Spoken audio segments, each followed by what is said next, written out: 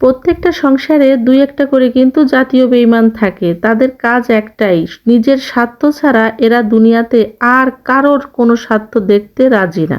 আপনি এদেরকে ছোট থেকে বড় করবেন, মাথার ঘাম পায়ে ফেলে খাওয়াবেন, মানুষ করবেন, লেখাপড়া শেখাবেন, চাকরি দিবেন, প্রতিষ্ঠিত করবেন, ধুমধাম করে বিয়েও দিয়ে দেবেন। এই যে এতটুকু পর্যন্ত সে আপনাকে এমন ভাব দেখাবে যে সেই আপনার সবকিছু।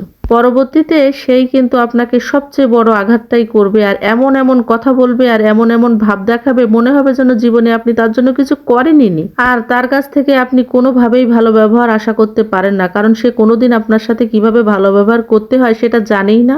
এদের আসলে কোনো দোষ না, আমি মনে করি এরা এক ধরনের পাগল, এই জন্য এদের মন মানসিকতা এরকম। পাগলেরা তো নিজের স্বার্থ বোঝে না, কিন্তু এই পাগলে নিজের স্বার্থ ছাড়া আর কিচ্ছু বোঝে না। হ্যালো এভরিওয়ান, আসসালামু আলাইকুম। কেমন আছেন সবাই? রোজি ফ্যামিলি ব্লগ থেকে নতুন আরেকটি ভিডিও নিয়ে চলে এলাম। ভিডিওটি শেষ পর্যন্ত দেখার অনুরোধ রইল। ভিডিওটি দেখার আগে অবশ্যই একটি লাইক দিয়ে ভিডিওটি দেখা শুরু করবেন। সারাদিন আসলে টুইন বেবিকে নিয়ে এতটাই ব্যস্ত থাকি, ওদেরকে নিয়ে সময় কাটাতে কাটাতে কখন রান্না বান্না হয়ে যায়, ভিডিও আসলে কখন করব এটাই বুঝে উঠতে পারি না। তো আজকে আসলে দুপুরবেলা যেহেতু শুক্রবার জুম্মার দিন, মিমের বাবা যেহেতু বাসায় আছে, তো ভাবলাম যে আসলে গলদা চিংড়িটা রান্না বান্না করেই নেই। তো গলদা চিংড়িটা কিন্তু নারকেলের দুধ দিয়ে রান্না করেছি, কেটে কুটে নিয়ে ভালো করে নারকেলের দুধ দিয়ে কষিয়ে নিচ্ছি। আর গলদা চিংড়ি নারকেলের দুধ ছাড়া আমরা খেতেই পারি না, বিশেষ করে যশোর সাতক্ষীরার মানুষ। সত্যি কথা বলতে নারকেলের দুধ ছাড়া আসলে কোনো কিছু আমরা কল্পনা করতে পারি না। তো গলদা চিংড়ি না নারকেলের দুধ দিয়ে সবচেয়ে বেশি ভালো লাগে। তো আমি সুন্দর করে কেটে কুটে নিয়েছি, মানে পরিষ্কার করে নিয়ে এটাকে নারকেলের দুধ দিয়ে আর পেঁয়াজ রসুন অন্যান্য মশলা খুবই অল্প অল্প পরিমাণ দিয়ে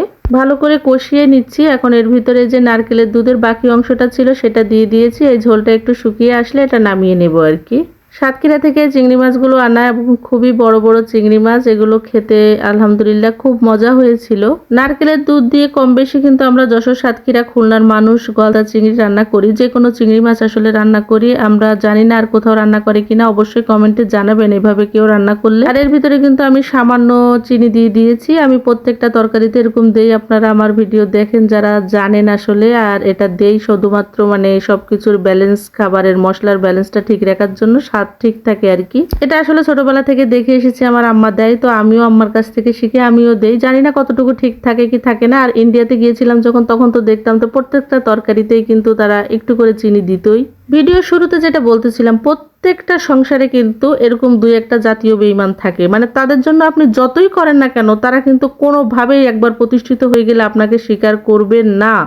সত্যি কথা বলতে এরা যখন প্রতিষ্ঠিত হয়ে যায় তখন মনে করে আমরা এমনি এমনি প্রতিষ্ঠিত হয়ে গিয়েছি, মানে এরা বিশেষ করে শিকড়কে ভুলে যায়, কোথা থেকে উঠে এসেছে এটা একদমই ভুলে যায়। এসব মানুষগুলোর পরিণতি ভবিষ্যতে কি হয় সেটা কিন্তু কম বেশি আমরা সবাই জানি।